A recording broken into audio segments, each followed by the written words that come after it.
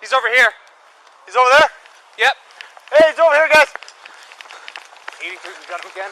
Westbound, Weddington. Hi everyone, this is Sean. Welcome back to my channel. I just got off of work. I pulled a 12-hour shift. I appreciate all of you. Let me just turn on the light real quick to show you that it's me, Sean in the flesh. Hey everyone. Let me go ahead and turn off this light. Today we are going to be conducting a tactical debrief. And we're going to try something different. If you work in a team, or maybe you're the owner of a security company, we're going to try something different. We're going to have a tactical debrief with you and I, and that includes your entire team. If you are watching this video by yourself and you don't have a team, guess what? Tonight, you're part of my team. You don't have to have a team in order to participate. You could just watch this video all the way through. But if you're watching this as a tactical debrief in a team environment, then you might need to pause this video when I suggest that. Please press the like button, subscribe, share, comment. I'm always looking for the dialogue. I appreciate those of you who take time to comment to other people.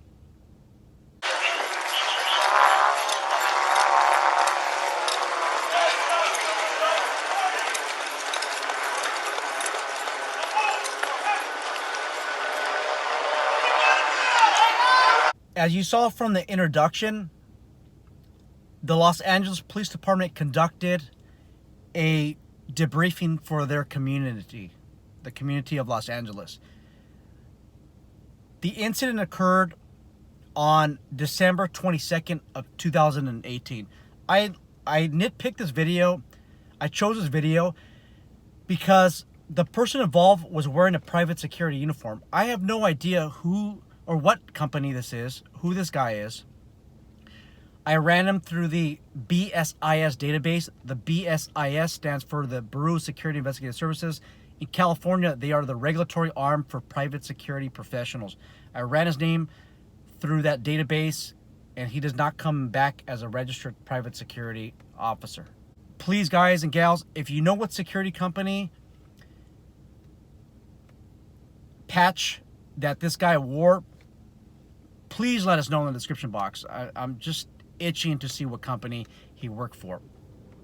So essentially what we have is we have a call of a suspicious person in the neighborhood going door to door or something to that effect. As private security professionals, don't you often get that call of service where there's a suspicious person at the apartment complex, the housing development, maybe in the mall parking lot? Those calls are pretty common, would you not think so? The LAPD officers arrive in the area. They observe the suspect walking away, and they see something in his hands. I will leave a link in the description box below so that you can watch the entire video. It's about 30 minutes long. But basically what you have are LAPD officers, partners, asking each other, what's that in his hand? Was that a gun or what is that? They were confused on what it is. They were questioning each other. They couldn't tell what it is because it's dark. Essentially, we find out that in one hand, he has a large fixed blade knife, and in the other hand, he has a gun on him. That's something that's not too common, but obviously depends on where you work at. Guys and gals, if you're in private security, this call could be easily your call for service. And we need to talk about how you would handle that as a private security professional. This can easily be your call. Just don't think that there's police officers involved, that this can never happen to you. No, this is a call that could happen at your post. Officers give them lawful orders to stop. For about 2.5 minutes, they engage in a foot chase. This person is about to make entry inside of a couple of dwellings. It looks like he goes to the front door of the window and he's trying to force his way inside. He has a knife in his hand. He has a gun in his hand. So what I'd like you to do, if you plan on using this video as a tactical debrief, keep in mind this is not professional advice. It's not legal advice. This is just my own tactical debrief series. I just want to start dialogue with the security community. If you're working in a team environment or you're the owner of a security company and you want to debrief right now, pause this video. Just pause it right now, and I want you to talk to your team about how you would address that situation. As an individual officer, as maybe a partner or a team of 3 or 4, how would you address that situation? You might have a dispatch center. How would you call this in? How would you approach the situation? So we'll pause this video right now and go ahead and have a discussion with your team. Welcome back, everybody. There are so many variables. So many variables. There's so many outcomes. I'll tell you this. As a solo private security officer, you don't have as much options as the Los Angeles Police Department. On that scene, it looked like there was 20 officers, probably 2 different supervisors. There's an airship. There's people out there there's officers with tasers, with the 40 millimeter less lethal launcher. Some have rifles, some have pistols. And then towards the middle, kind of like towards the end, you have a full-time SWAT team that's deployed to the scene. And it appears that's how many it took, that whole cavalry of men and women, in order to address this threat. If you think that you're going to address this threat all by yourself as a private security officer, let me ask you this. Do you have the proper training? Do you have experience in dealing with these types of situations? Is your marksmanship, is it up to date? Have you had recent firearms training? And I'm not talking about your regular, let me go to the range and qualify for my firearm permit, for my security guard firearm permit. I'm talking about, have you done some advanced training? Because addressing this threat takes some good marksmanship abilities. Guys and gals, there's a total of, I believe it was 3 shots from the first officer.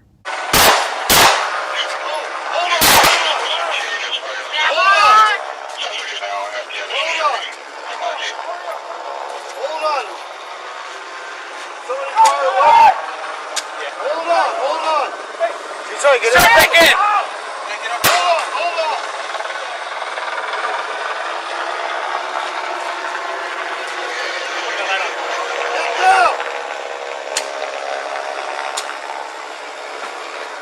Hey man! Hold on. Where are you connected? What are you doing?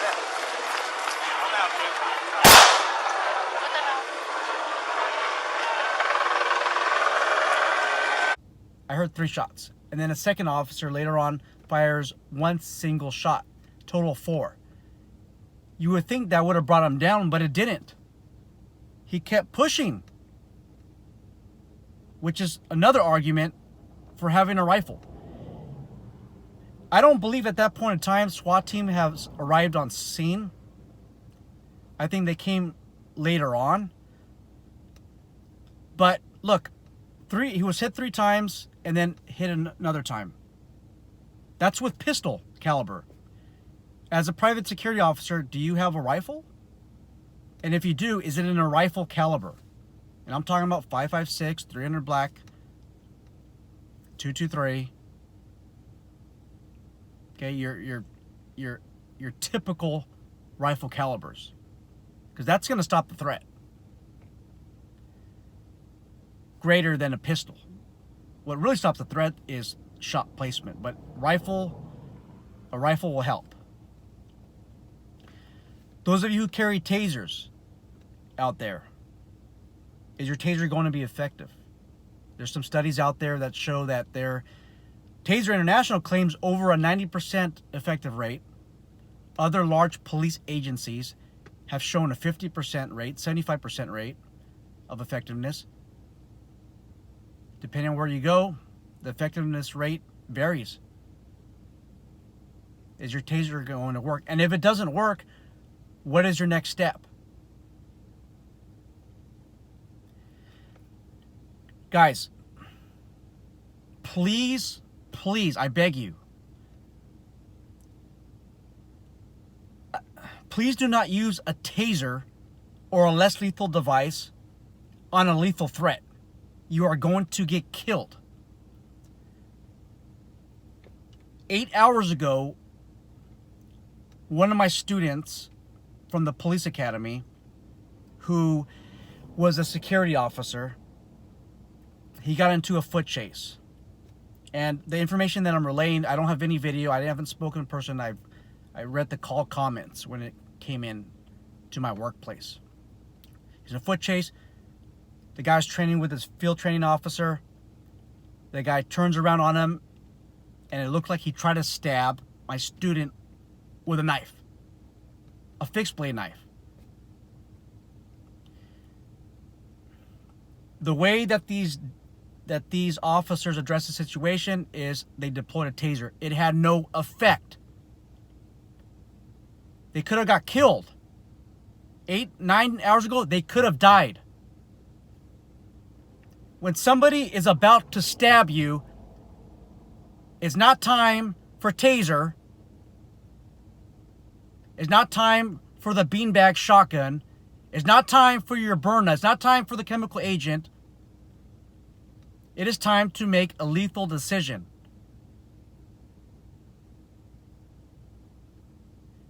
Guys and gals, stop using the taser on a lethal force encounter. If this person is trying to kill you, stop, and I say stop, trying to deploy that taser. You're creating a dangerous standard, and I say that with quotation marks, a dangerous standard in the private security industry.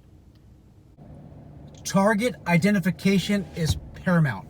I know I have tons of unarmed private security professionals watching this debrief video. Dealing with a situation like this might be a little bit easier, even though that you have less options. Because the best option is to be nowhere near that area. It's very difficult to observe and report from a safe distance, especially if you are unarmed. There's a huge issue with this scenario. It's very difficult to see what this person has in their hands. Now, I've taught low-light combat, and this is what I noticed. That my students, and I'll show you some video in a minute, my students have a very difficult time identifying the threat at 25 yards. At 25 yards, some of my students will fire when presented with a deadly threat that's downrange. At 15 yards, I still have a lot of students who are hesitant to take those shots on a deadly threat because they cannot properly identify the threat yet. At 7 yards, most students are able to properly identify the threat, and they are able to effectively get hits on target at 7 yards. But that's a disadvantage for you. The closer you are to the threat, the more dangerous it is for you. Also, do you want to be that private security officer who takes that shot, who ends up killing somebody because they presented a cell phone? They pull a cell phone out of their pocket, or they held a cell phone like a gun. Do you want to be that person? It takes a lot of training, ladies and gentlemen, in order to be proficient at low-light combat. It takes lots of training. Do you have that training? Do you have low-light combat training by a qualified instructor? This is a void in private security. We need to get that training under our belt. It's going to help us make better decisions. I also want you to reconsider carrying armed. Guys, I'll tell you this. Taking someone's life takes your life with them. It is damaging. If you ever have to do anything so horrible like this before, you probably know what I'm talking about. Everyone reacts different. But it's just the most awful thing that you can do to a human being. Even when it's justified. You're going to have to live with that decision your whole entire life. And if you think after the shots are fired, the suspect is down and you get to go on with your day, if you think that's the way it works, reality check time. Homicide division, homicide detectives will appear at the scene. I did a video on this, actually, on what to do. Have you ever had your Miranda rights read to you? It's freaking scary, guys. Depending on the circumstance, you could be placed in the back of a patrol car. Now, I'm not saying don't defend yourself. You should defend yourself.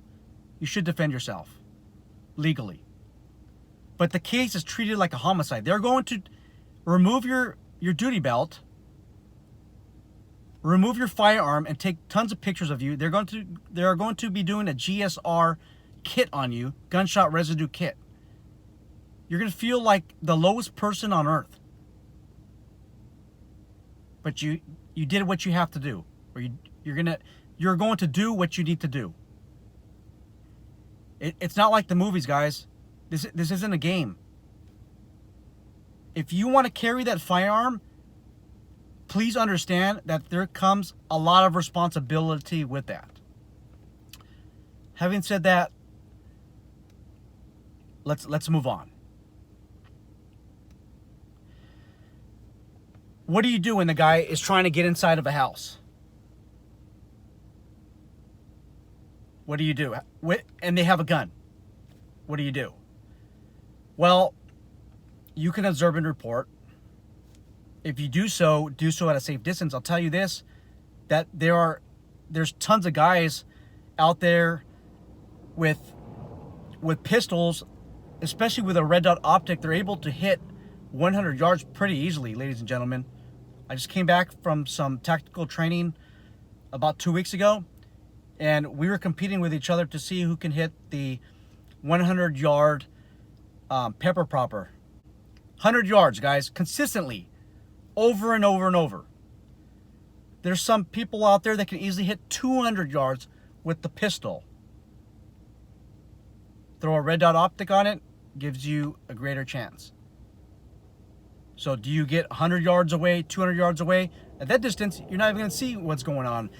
Excuse me. Can you even observe and report effectively from those distances?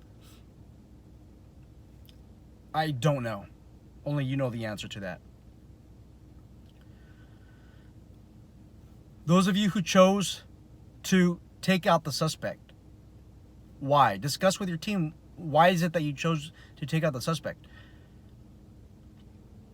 Now, what if I told you this? You take him out and you find out that this guy was a drunk resident trying to get inside of his house. Explain during a deposition. Have you ever been to a deposition before? That's a place where it's open season to tear you apart, an interrogation where there's no judge. All this information that's discussed, your testimony, will make its way to civil court. You want to explain to a family why you killed their husband? Or why you want to explain to a woman why you killed her husband, the family members, the children, the little kids? They're going to be living without a dad. Are you up for this? Really, I'm asking you, are you up for this? There's tons of mistaken identity shootings out there, you guys. Are you willing to be the person that pulls that trigger and makes that life-changing event?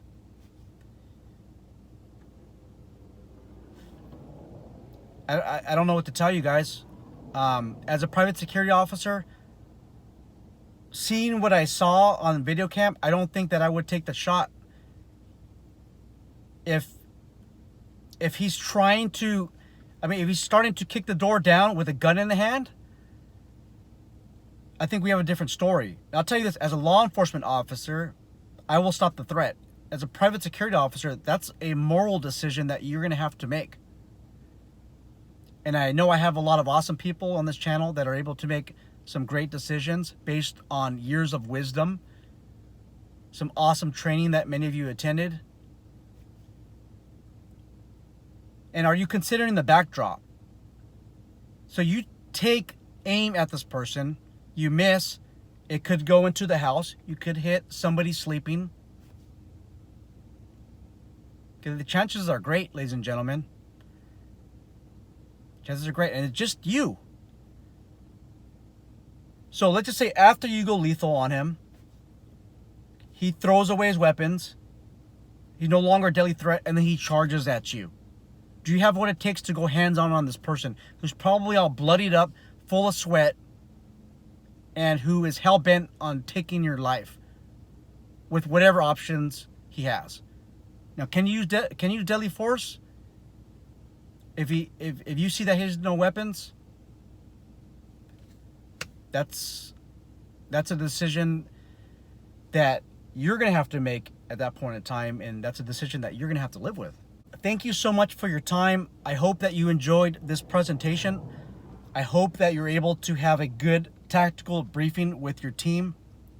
And I'm hoping that everybody got to put in valuable input with each other. If you're watching this video just solo,